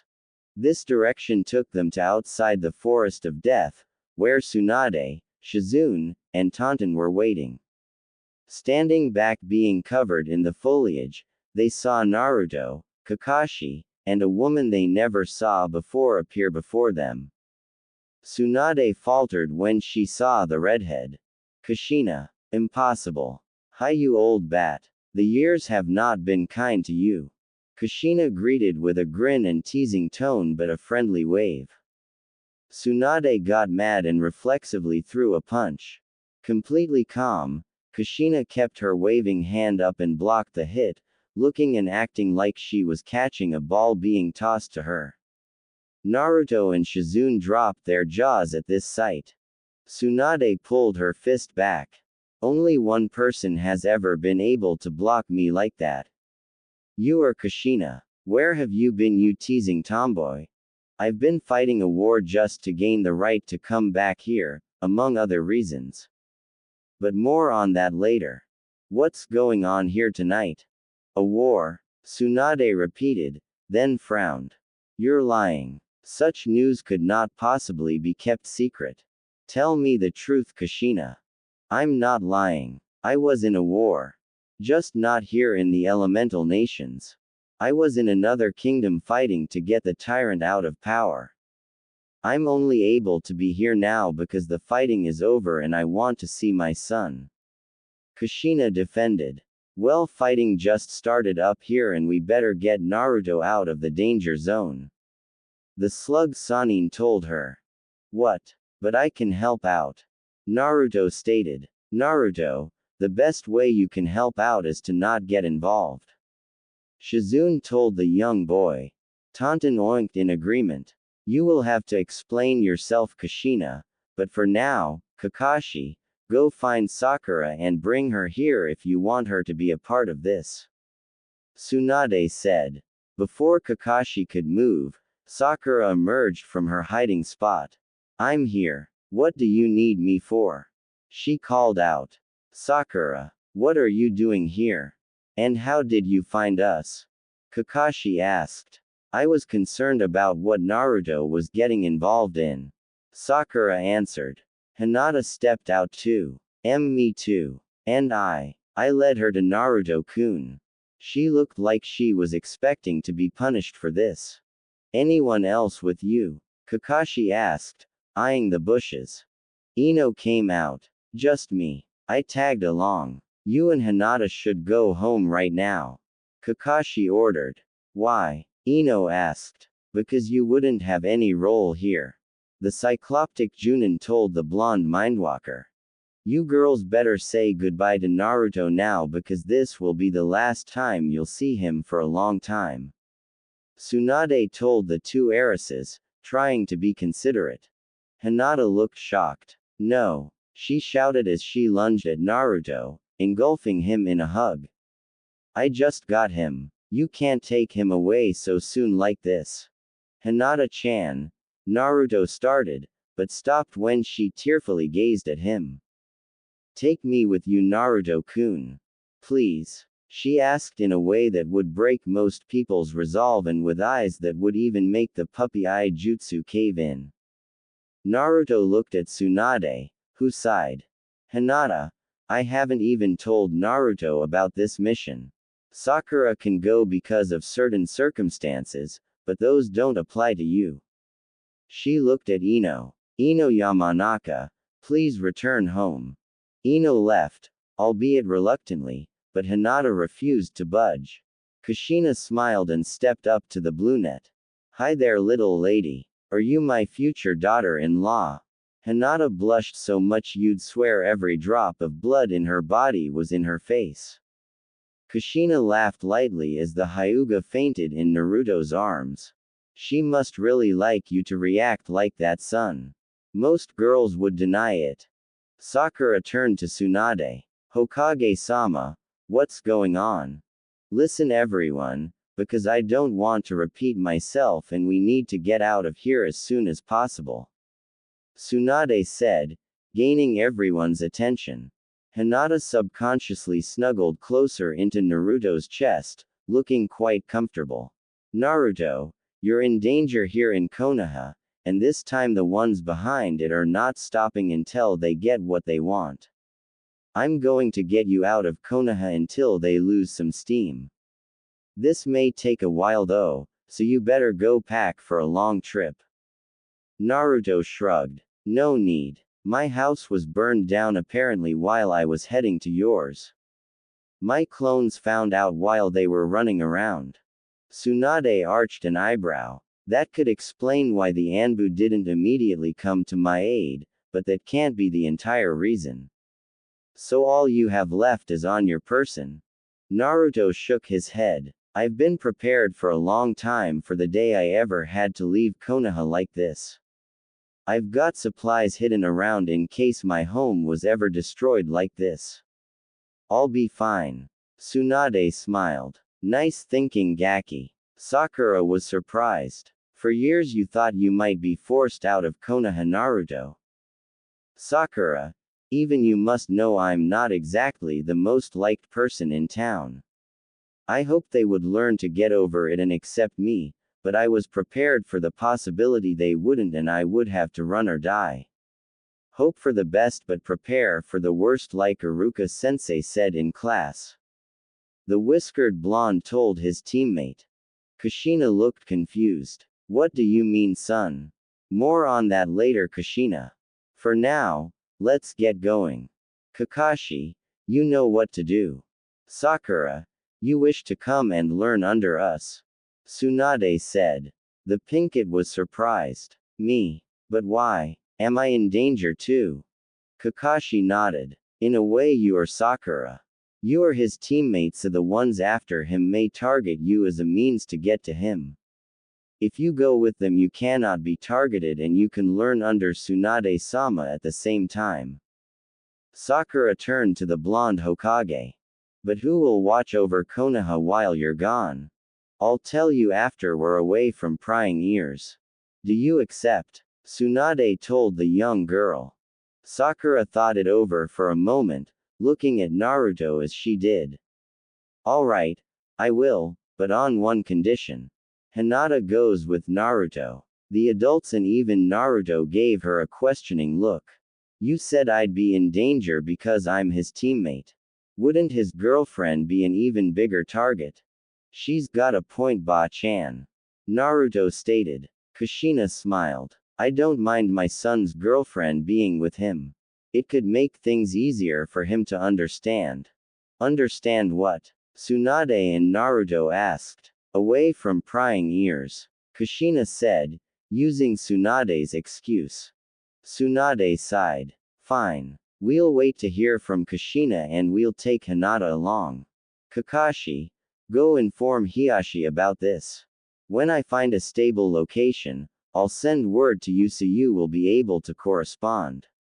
Any questions? What do we do if we need you immediately?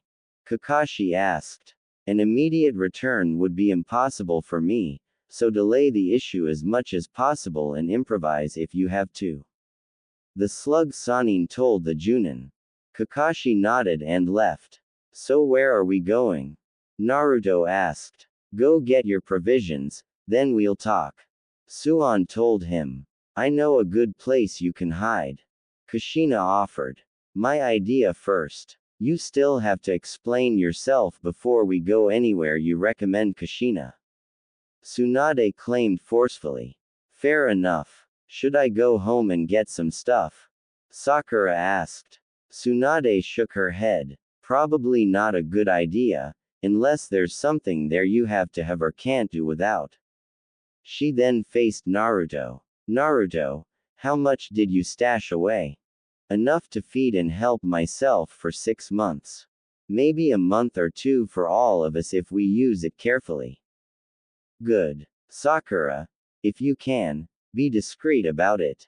Shizune, accompany her and bring her to the top of the monument when you're done. We'll be there waiting. Yes, milady. Shizune told her mentor. With that, Tsunade, Kushina, Naruto, and a still unconscious Hinata heading to Naruto's secret stash while Shizune, Sakura, and Taunton headed to the Pinkets' home. It didn't take long for Shizune and Sakura to reach the Genin Kunoichi's home. The lights were off, telling them her parents were either out or sleeping. What are you going to tell thee if you see them? Shizune whispered.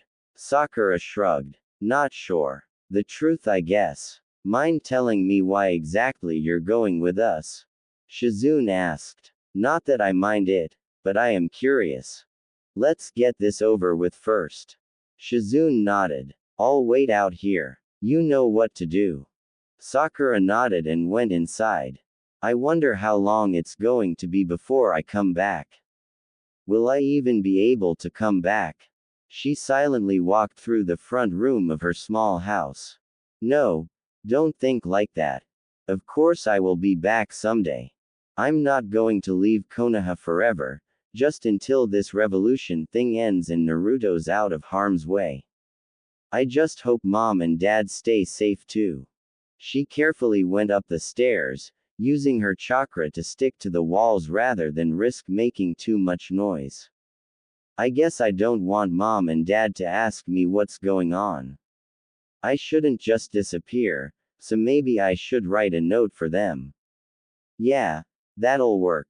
On the upper level, Sakura quietly got to her room and went inside. Her mission-ready gear was within immediate access, contained within a pink and white backpack. Grabbing it, she confirmed its contents. Kunais, check. Shuriken, check. Rations, check. First aid, check. Spare money, check. Change of clothes, check. Better bring along another set just to be sure. Bathroom products, check. Reading material, check. I guess all I need to do is grab some extra clothes and food and I'm good. Her door opened up, making her freeze, but she turned to see her father standing there in his dark blue pajamas. Akihiro Haruno was a tall lean man with pale hair, enough that you'd swear it was white, and the same green eyes Sakura had. He was no shinobi, instead he worked at the hospital as a technician. Sakura, what are you doing? Hi daddy. Sakura replied, sounding caught. I'm just getting ready. Hokage-sama assigned my team a mission that we have to start under the cover of night, so I need to get going. Akihiro shook his head. I saw the records. One of your teammates is still in care and the other just got out no less than 4 hours ago. Where are you really going? It's the truth. Hokage-sama's assistant is right outside waiting. You can ask her yourself. Akihiro still looked unconvinced. Why not your sensei? Where's he? I don't know. Probably getting ready too. Akihiro looked right at his daughter, making her feel uncomfortable. Sakura dear, I may not be shinobi, but I'm not gullible either. What are you really doing? Sakura frowned. I'm telling you the truth, Dad. Hokage-sama has an assignment for me and Naruto that we must start tonight. Why don't you believe me? I heard a lot of commotion outside and your mother and I were worried since you weren't home yet. We've been waiting with the lights out to avoid drawing attention here all this time for you to get back, and now that you have you're heading out again to do an errand for the Hokage. Surely she has more sense than to send 2 genin out while there's a conflict going on here in Konoha. From behind him, Sakura's mother Mariko Haruno appeared, wearing a white bathrobe. She looked like an adult version of Sakura but with dull blue eyes and her pink hair worn in a braid. Sakura, where have you been? Mom, Dad, I'm only saying this once. I have to go away for a while. I don't know when I'll get back, but I will when I'm able to. Sakura told them, trying to avoid telling them the real nature of what she was doing. This sounds too fishy to me. I want to hear from the Hokage about this first. Akihiro stated. She's busy right now, but you can talk to her assistant right now. Not good enough. I want to hear from the Hokage directly. Akihiro announced firmly, crossing his arms. Sakura held in a sigh. That's not up to you. Look Mom, Dad, I'm sorry but I'm in a hurry. I love you, but I have to go. But why? Mariko asked. Sakura now sighed. All I'm allowed to tell you is it's for my own good and I need to do this to help my teammate. Mariko held her daughter. Stay safe dear and try to come back soon. Sakura hugged her mother back. I'll stay safe, but I can't promise to come back soon. I could be gone for a long time. What? No, you can't. This is your home, you can't just leave it. Her mother said, pulling back to face her. Sakura sended a single tear. Mom, I'm going to miss you both, but I have to do this. Why? Both her parents asked. Sakura closed her eyes and took a deep breath. I can't tell you anything. For the time being you'll both be safer if you don't know. Just please believe me when I say I will be safe and I will come back someday. Akihiro's gaze softened. This isn't a normal mission, is it? Sakura nodded her head. And you can't turn it down. Sakura shook her head this time. And you want to go on this even if you could reject it? Sakura was slower to react this time, but she nodded. Mariko tightened her hold on her daughter, as if afraid or unwilling to let her go. Please sweetheart, don't do this. Sakura pushed her mother away a bit. Mom, I told you, I have to do this. I don't have the time to tell you everything, just trust me when I say I need to do this. Maybe later I can send word to you on how I am and a better explanation, but tonight, let's just leave it at this. Mariko pulled away and pulled a dark red ribbon out of her hair that she put in at night to keep it from going all over the place and irritating her husband. Sakura, keep this with you. As a reminder of us and your promise to come back as soon as possible. Tentatively, the young genin accepted the offered ribbon and put it in her pack. Bye Mom. Bye Dad. I love you both. She hugged them one more time and went downstairs. Mariko embraced her husband for support. Do you think we're doing the right thing by not putting our foot down? Akihiro shrugged. Maybe we should have. But sadly we're not the only authority figures in our daughter's life anymore, and we have to trust her to know what orders to follow and what ones not to. He put his arms around his distraught wife. Come on. Let's get back to bed. All we can do is hope for the best. Mom. Ba-chan. Naruto called out. What is it, son? Kushina asked, bringing them to a stop. Before we go, there are 2 people I have to see. I owe it to them to let them know I'm not going to be around anymore. The whiskered blonde told the group. We don't have too much time, but if it's really important Naruto, then make it quick. Suan told him. I'll be at the top of the monument. Kushina, you come with me. Hinata, you go with Naruto to keep an eye out for him. The genin nodded, and although Kushina looked reluctant to obey, she did not argue. Then the 2 teens broke away and headed back into the village. Where are we going, Naruto-kun? Hinata asked. I need to see Moegi and the Ichirakus. I can't just leave without saying goodbye, not to them. Moegi is closest, so I'll get to her first. Why her? Hinata asked, not objecting, just wondering. Naruto struggled to answer. Her mother died tonight, and her dying wish for me to keep an eye on her. If I can't be here to do that, I need to tell her why. Would you like to let your family know about you while we're at it? Hinata shook her head. No, I don't. If I did, they'd try to stop me and they'd likely succeed. It's best if we just ignore them. Before more could be said, the pair arrived at Konohamaru's house. Naruto knocked at the door and Konohamaru's mother answered the door. Welcome back, Naruto. Is something wrong? Boss. Moegi screamed, running right to the orange-clad ninja. You okay, Moegi? Naruto asked. The orange-haired girl nodded. I'm just afraid of being away from you right now. You're strong enough to keep the enemies away. Naruto was afraid to burst her bubble right then, but had no choice. Moegi, I'm going to have to go away to make sure they stay away. So I won't be around here to keep you safe for a long time. Moegi was wide-eyed. What? No. Don't go, boss. I need you. Konohamaru was equally surprised. You can't go, boss. Konoha needs you here to become Hokage. I know, Konohamaru, but Konoha unfortunately doesn't want me here for the time being, and they're going to try to kick me out or maybe even kill me. I have to leave until they change their mind. Naruto explained. Can I go? Moegi asked. Naruto shook his head. I'm afraid not, Moegi. Why not? I'm all alone here. Where will I go? Naruto looked at the Sarutobis. Could you watch over her? Konohamaru's mother shook her head. Maybe for a night or 2, but nothing long term. It's not that we don't want to, but we don't have the room or money to. Hinata looked at the young girl. Do you have any other family?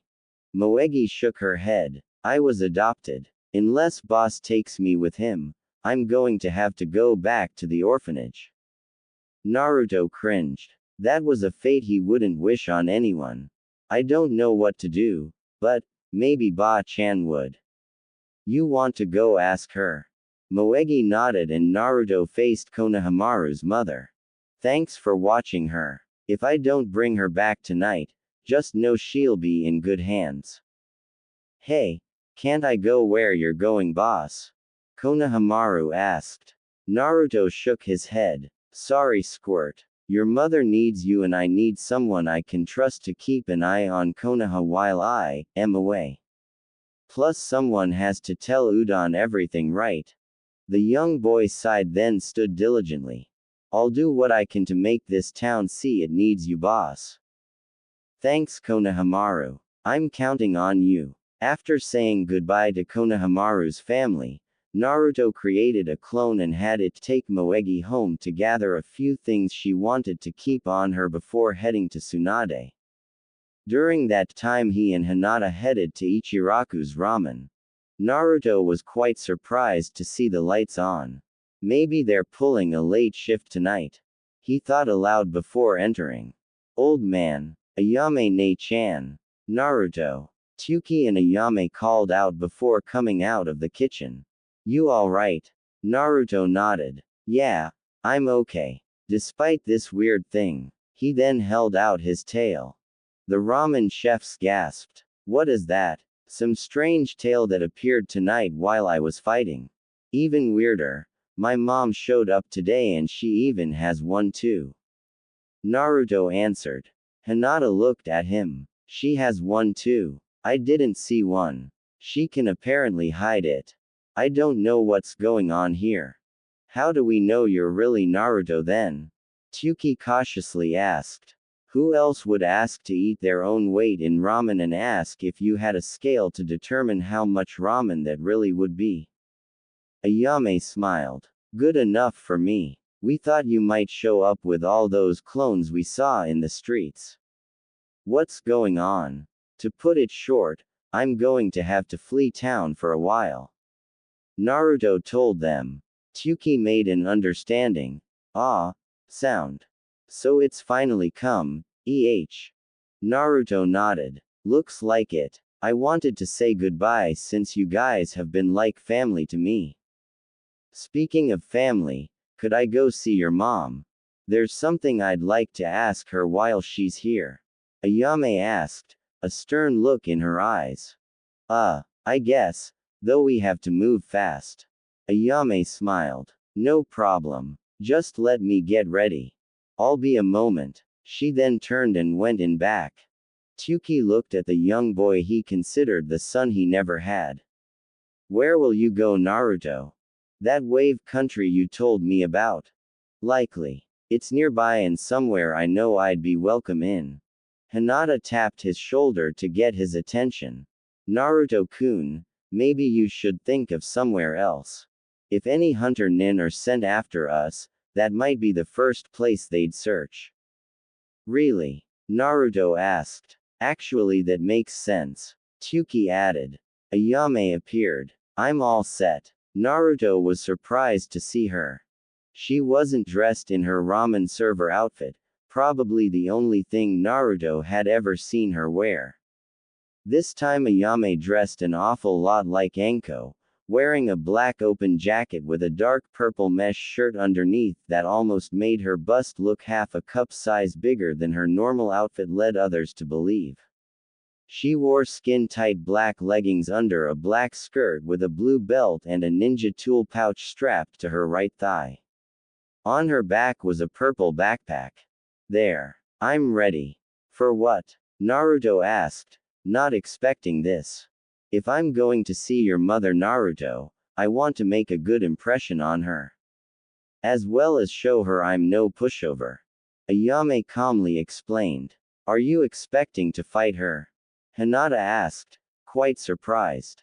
No, but if she says something that will make me want to kick her then I'm sure as hell not going to do it dressed as a chef. The brunette told the younger girl. We should get going now though. Old man, thank you for everything, and be ready to really get to work when I come back. Naruto told Tsuki. The old man nodded. Will do. He then shared a knowing look with his daughter who nodded, as if they silently came to a conclusion that two genin didn't understand. Rather than worry about it, they both left the ramen stand with Ayame following them, moving with the grace and speed of an experienced kunoichi. Naruto-kun, you never said she was a shinobi. Hinata mentioned. It never came up. Besides, she resigned years ago.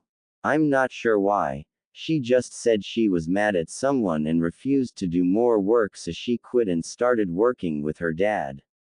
I asked why but she always told me not to worry about it. Naruto told her. How good is she? Hinata asked. Naruto thought it over. Let me put it this way. When she tells me I've had enough ramen to eat, I don't argue anymore. While still a vague answer, Hinata knew it had big implications. She can actually make him stop eating ramen. Holy crap. Tsunade and Kushina were on top of the monument discussing something when Sakura, Shizune, Naruto, and Hinata showed up. Both older women were surprised to see two extras accompanying them. Naruto, who are they? Tsunade asked. Ayame walked P to Kushina. I'm assuming you're Naruto's mother. Kushina nodded. Yes, I am. Are you one of my sons? She was cut off by a solid punch to her jaw that knocked her on her. Bitch, where the have you been all this time? Ayame yelled at the redhead, surprising those around her. Ayame ne-chan. Naruto called out in shock, but the brunette paid it no mind. Kushina got back on her feet and glared back at the ramen chef. That was unwise, brat. Ayame refused to back down. You've been gone for 12 years, leaving this poor boy all alone in the world, and now you decide to come back and be a part of his life. Not while I'm around. Give me one good reason why I shouldn't kick you for leaving Naruto alone like that. Kushina smiled. You care about him, don't you? He's practically family to me and probably the only decent boy I know of any age. Now answer my question, damn it. Kushina looked at Naruto and smiled. I like this one, Naruto. Fierce and not afraid to defend her turf. Don't lose this one. Everyone was confused. What? Never mind this. Naruto, why did you bring others here? Tsunade asked. Ayame ne-chan wanted to see my mom, and Moegi here has nowhere to go. You saw what happened earlier, so I can't just ignore her. What should she do? Tsunade knelt down to look at the young girl who was clinging to Naruto. Do you have any family to stay with? Moegi shook her head. I was adopted and mom never mentioned any other family. Please don't send me back to the orphanage. I don't want to be orphaned twice. Why not bring her along? Kushina suggested, catching everyone's attention. I don't see why not. Tsunade shook her head. Not the best idea. It could slow us down and make us more vulnerable to anyone who wanted to do harm to us. Got a better idea? Because so far I only see 3 options. With us, in the orphanage, or find a new guardian right now. Kushina asked. Finding a new legal guardian right then was definitely impossible for Tsunade. The Anbu were disorganized and it was impossible to tell for sure where everyone's loyalties lay. Not to mention it would look suspicious if Tsunade was in a hurry to give one girl a home within an hour. Tsunade sighed and got back up on her feet. I still don't think bringing her with us is a good idea, however leaving her doesn't sound any better. Just do what we say, little lady, understand? Moegi smiled and nodded. Yes, ma'am. So where are we going? Sakura asked. Hinata-chan says we shouldn't go anyplace we've already been, like Wave or Tier Snow. Naruto stated. Shizune nodded. Yes, and even though we could probably catch up to the 3 from Suna who are going home, it would be unwise to get them involved in this mess. Tsunade snapped her fingers. I know the perfect place to head to for now anyways.